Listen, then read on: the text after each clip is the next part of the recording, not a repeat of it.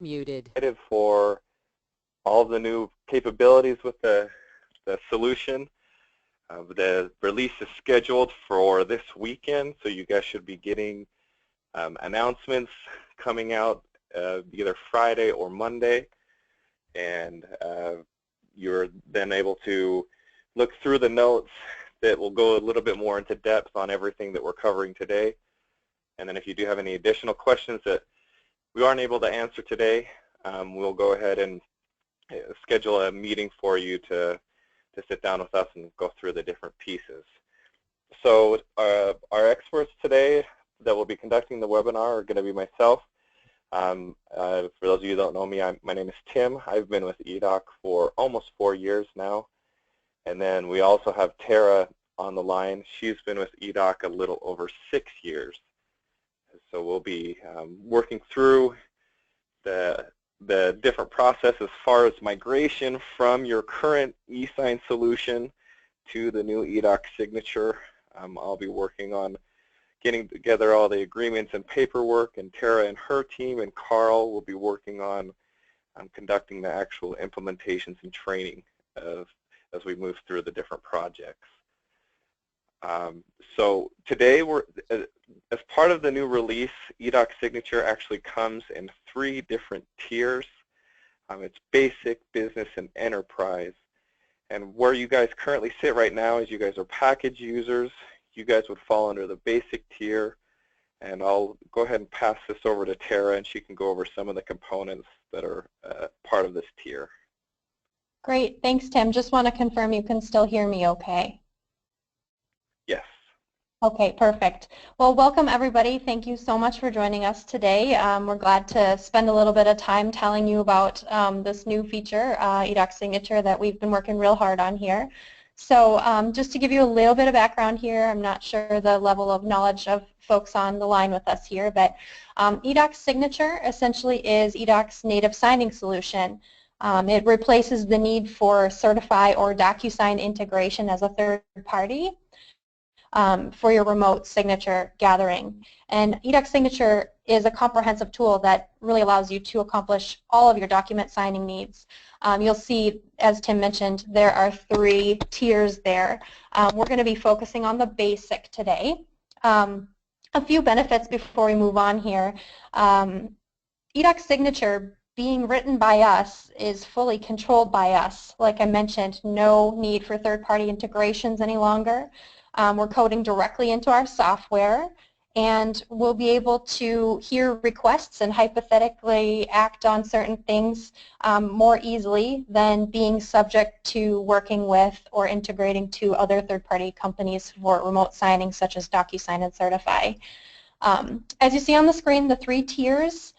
The first tier is extremely similar to what your staff is already utilizing as far as package use, assuming that you are an eSign using institution. So things are going to remain pretty much the same for your staff as far as packages works. It's not going to have much difference with the package module. However, there is a new feature in that basic tier, which we're going to discuss, which happens to be the sending of single documents outside of a package. So that's a new feature, and I would like to quickly walk you through that staff experience. If we could move on to the next slide, Tim. So as you'll see on this screen, it probably looks extremely familiar, just a standard ProDoc capture screen with a form. In the lower right-hand side, you'll note that the eSign button is illuminated, even though over on the left-hand bottom side, it is not entered into a package. So this is the new functionality. This is where you would probably need to have a training point for your staff because the button is available, meaning that this would go out for remote signature even if it wasn't packaged. So it is not subject to your scheduled task that runs on the server if it's not in a package. It would actually go out what we would call almost instantly, happens really frequently. But the benefit of it, even if this document had been put into a package, with eDOCSignature you are no longer subject to infrequent scheduled task sends.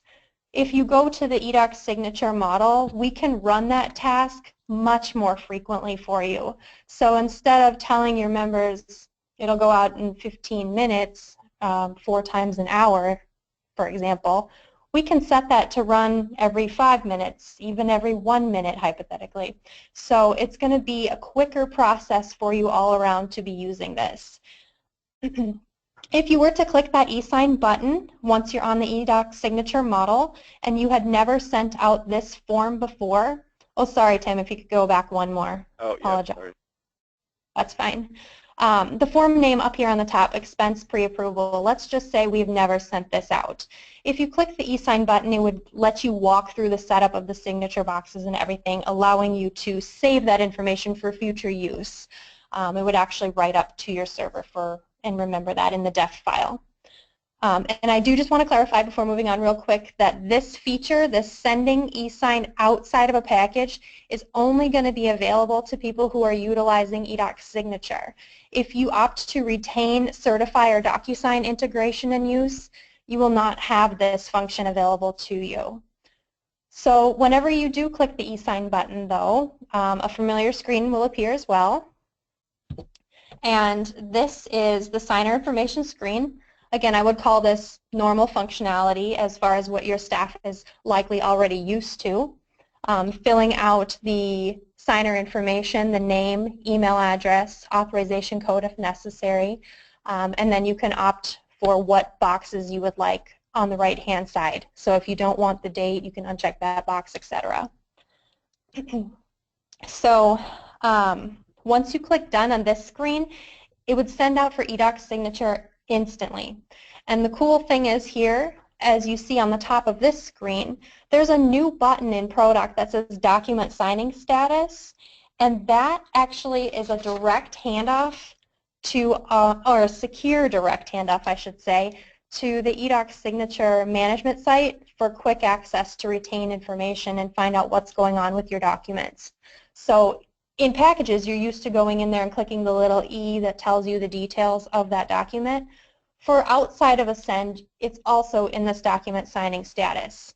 So the bottom screen there shows us everything that's out. This one happens to be just for Tim's user here. As you can see, he has a couple created by twrite@read and then some at the bottom with his email address. That varies because he was doing it in 2 different models. But this is a really great portal to have access to, clickable right there, integrated in ProDoc. You can sort all of those columns by the headers. There's the convenient search button right at the top. And this is permission-driven in ProDoc, so you can control who sees what in here. If you don't want everybody having that right, you definitely have the ability to restrict that as necessary. If you want to find out more information about any of the items, you can click on them, and that will bring up more details. If you could go to the next slide, Tim, that would be great. So you get a little pop-up box in front that tells you more details about the package that you, or the document I should say, that you have sent out. So you'll have the details at your fingertips right here. The red button to delete cancels or removes any documents for signature.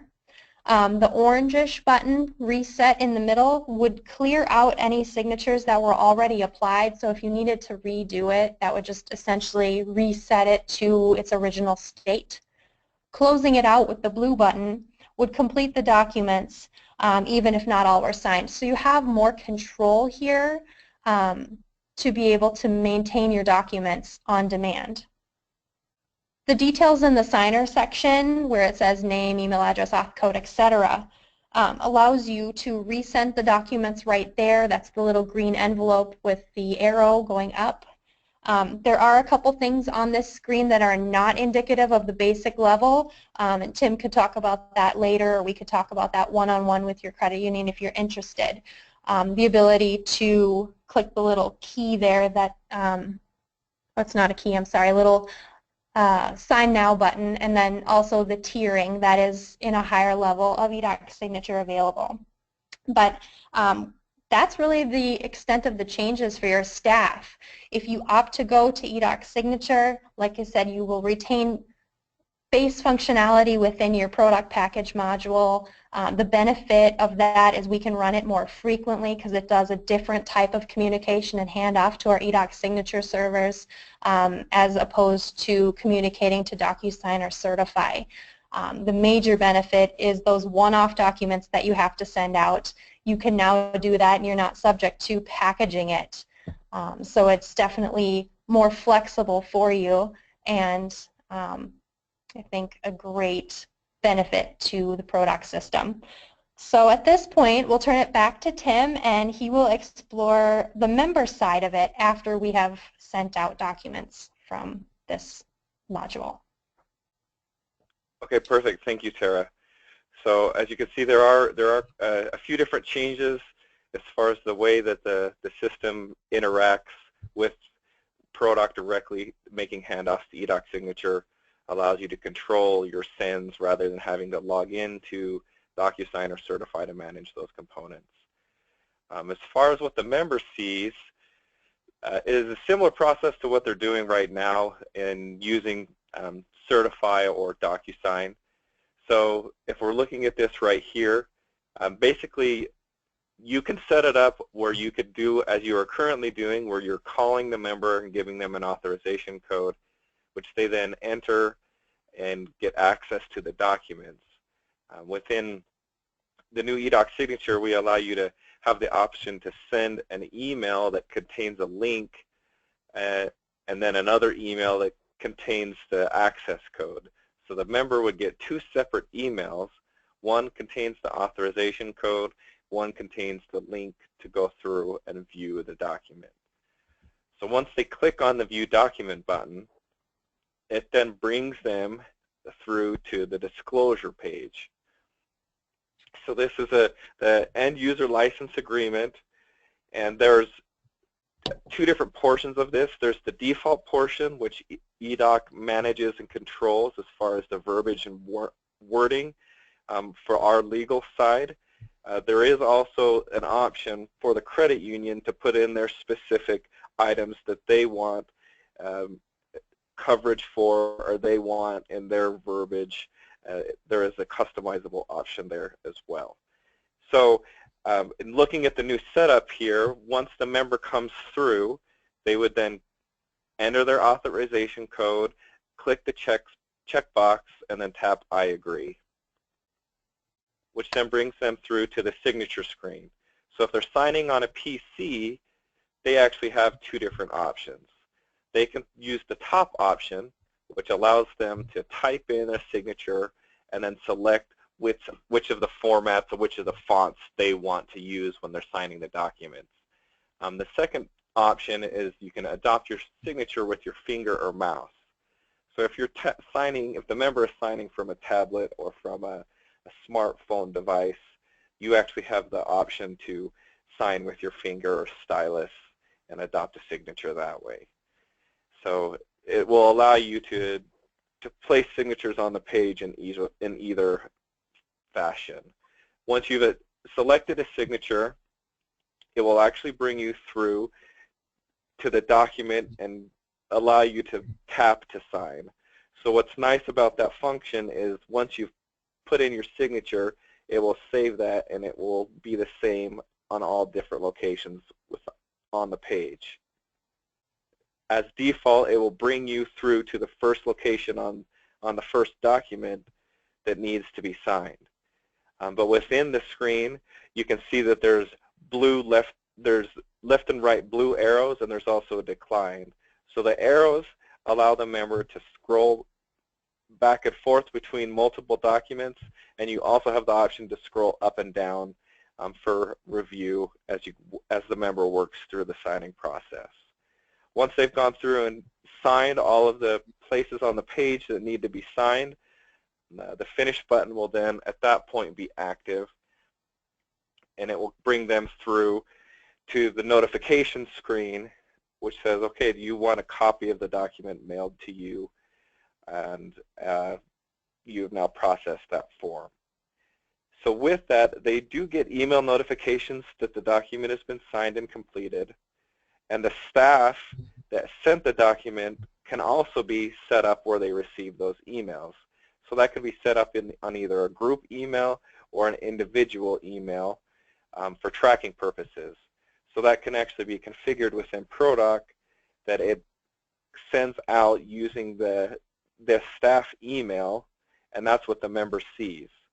And once it's been signed by the member, the staff that sent it would then get that notification as well. And if the member wants to get a copy of the document, they actually do not receive the document itself. They receive a link that will bring them back to the eDOCSignature portal where they would then re-enter their access code, and then they could download the document from there. So we're not sending through any secured information. They are actually going out to the website to download and manage their own documents. So as Tara had mentioned before, there are some additional components within the eDOCSignature tiers as far as new enhancements and things that we are able to do with eDOCSignature. So looking at a high level at the business tier, we have on one of the line items is secure form templates. So what this does is it allows you to create a template outside of ProDoc. So if you want to capture member information, if you want to capture ACH agreement or something that's not coming from ProDoc, you can set up a template that then will create a link that can be embedded in your website. So a member can go to the link, click on that link, and go through and complete the documents, and they can then move back into your 2020 doc system. There is an option as well to do a direct upload to the website where you can navigate while you're logged into the eDOCSignature website. You can navigate to a document to upload, draw a signature, email, and send. So this really allows you to say, okay, I'm going to send a one-off form. I have an internal HR form that I'm going to send. I can just send it to the person. They can sign it, come back and save it, and I don't have to worry about it being part of a package or even worry about setting it up or configuring it in ProDoc. You notice that there's also the eDocket virtual printer. So instead of uploading to the website, it will actually print directly to the website. So if you're working on a doc, you could hit print. It would go to the eDOCSig website, and you could then draw signature boxes, put in the email, and send. On the enterprise level, the biggest one there, as Tara had mentioned before, was the in-branch signing. So you saw on the previous screen, and I can back up to that one, that we talked about with Tara, the sign now status. So what this allows you to do is if a member is in front of you and you're working the loan with them there, you could actually log on to the eDOCSignature portal, select the package that you want the member to sign, and then click the Sign Now button. And from that point, you could hand the tablet to the member, and they would go through the similar signing steps that we just did here, except for the access code, because you're handing it directly to them. So they would still go through the agreement, adopt the signature, tap and sign. So that allows you to do that within the branch or wherever you're working with your different members. So in looking at that, as Tara had mentioned, this is a new application that is a replacement for DocuSign and Certify. So there actually are two options as far as what the credit union can do to continue to use their eSign application. So option one is to migrate to the native eDOCSignature platform, and all of you would have different paths as far as what that looks like and your timelines. But we would work with you on a one-on-one and see, which tier you fall in and what applications you want to use. And option two would be to get a direct contract with your current provider, either being DocuSign or Certify. So that you would be requesting direct billing from them and going directly through them to get all of that information. If you do choose a third-party provider, there is an API maintenance fee. As Tara mentioned, the current setup, when you do send a document, we make an API call to either DocuSign or Certify. So to maintain those calls and those agreements, there's a monthly fee, so we can continue to support that method. And as we're working through this, we're working with all credit unions to have a decision made before March 1st of 2017, whether they're going to move to the new eDOCSignature or whether they're going to stay with their current provider. So what we ask from you is that you meet with us and let us know what decision you want to make, in which direction you want to go.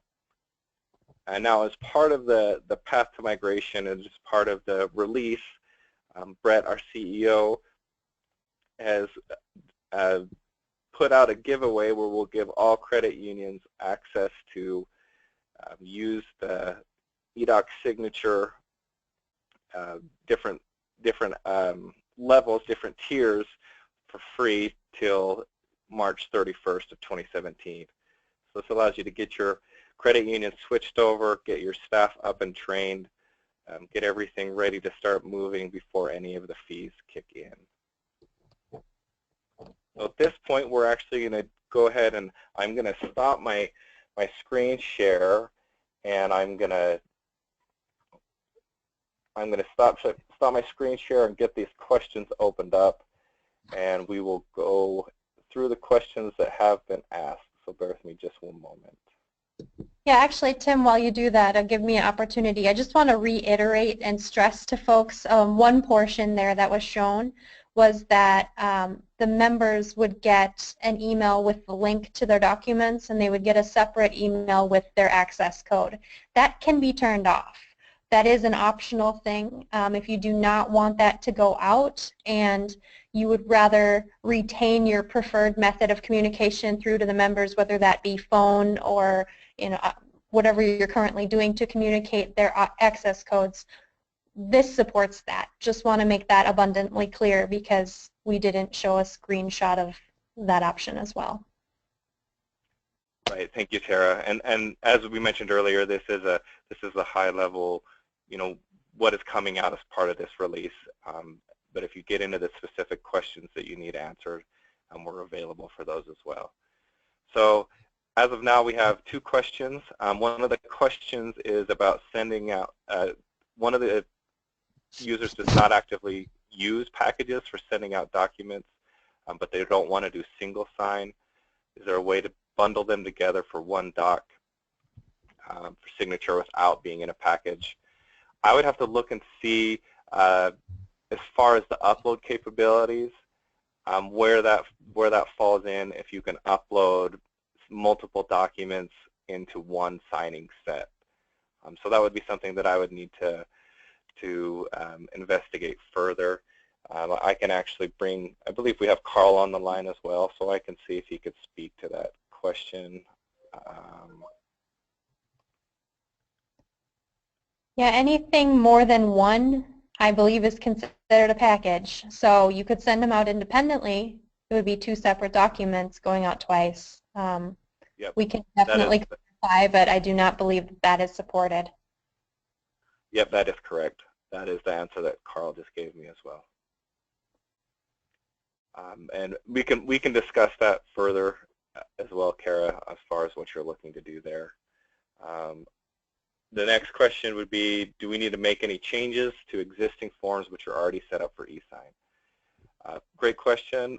Your current setup would actually not change at all. So everything that's already been configured and set up in ProDoc would operate and run as it is right now. So the only difference that staff would run into is if the document is part of a package or if it's an individual document that is being sent. Right, and we'd be doing training with you. Training is involved in all three tiers, so there would definitely be opportunity for us to stress what you would want to push down to your staff as far as what to be aware of in the changes. Correct. Yep. The next question, are forms interactive to the point where we can have certain fillable fields unlocked for the person signing the form to fill in? Another great question. Yes, there are. There is an option for when you're setting up the form to actually capture data outside of signatures and dates. So there is the option to actually capture member data that you want them to fill out. But not on the basic tier. Correct. And then next question, as far as what staff would need to be trained on, as far as how much they would need to be updated. As Tara mentioned, realistically, it's just the difference between using packages in single form and then getting familiar with the new website, the eDOCSignature site, and how they manage sending keys, sending the access codes, and sending the new resending emails. Right, and if you opt to go with the higher level tiers, obviously it gets more complex, you get way more functionalities, and we would do personalized training for you at that time too. Correct. So we have another question, and this one I'm actually going to defer to you, Carl. Any way to get additional docs back from the member after they've signed? So if the member has signed something and then you want them to attach and upload something to come back with the signed document.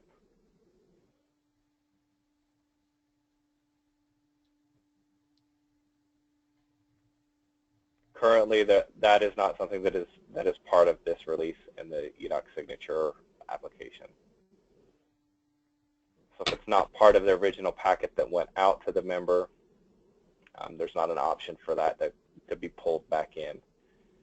And one thing I did want to note on looking at items that are outside of ProDoc and packages, I want to mention that when they do come back in, so if you upload something manually, or if it comes from a template, or if you do something directly from the site as far as sending a document, what we do is we would configure a new table in 2020 Doc that we would call inbox. And so any items that don't come from ProDoc, that don't have indexing or don't have a destination in 2020 Doc, would then flow through to the inbox. And at that point, it's up to the internal staff to decide, okay, where do these items finally fall in the 2020 Doc platform.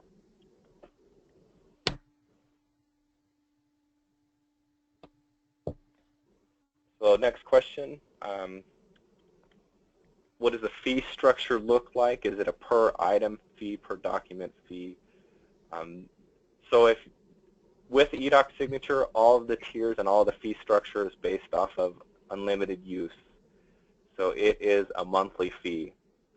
So you know what your fixed costs are going to be at every month, regardless of how many items are sent.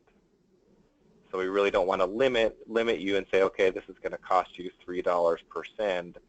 We just say, okay, open it up and see how your staff wants to use this. And we use it internally for sending all of our documents, HR documents, any of those types of things. And then you could start looking to send those and use those and manage that internally. Now, Tim, that fee is determined obviously one-on-one with the credit union based on different factors, correct? Correct. And which tier they would fit in and which tier they would want to utilize.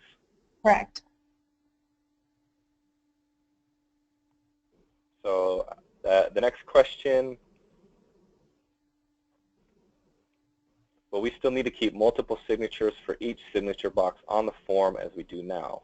One for a single borrower and one for a borrower with a joint borrower. I think that sounds like something we would need to connect and see how it's being used. Okay. Yeah, because I'm not completely familiar on that. So, Buddy, we can look at that with you.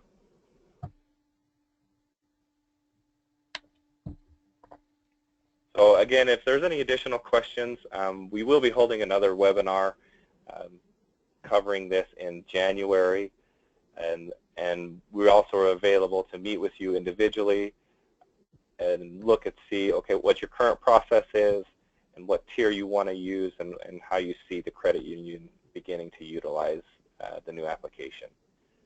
So we know there's a lot of new information and a lot of moving pieces. But we're excited for the new project, and we're excited to see all the new things and the new ways people are using ProDoc in the system. So for now, thank you for attending this afternoon. Thank you for your questions and participation. Tara and I are always available for any additional questions that you may have.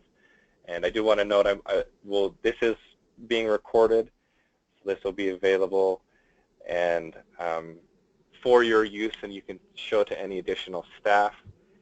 And then we also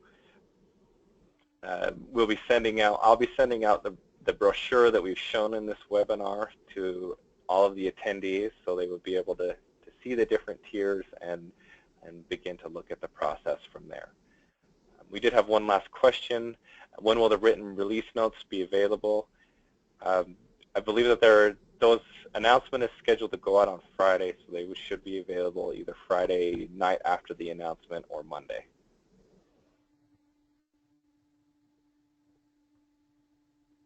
And I think that's all I have, Tara, unless you have anything else you would like to add.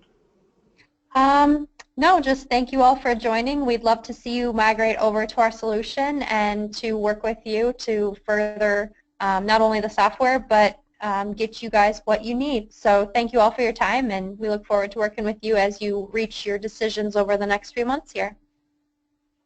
Yep, thank you, and we will talk to you soon. Thanks. Goodbye.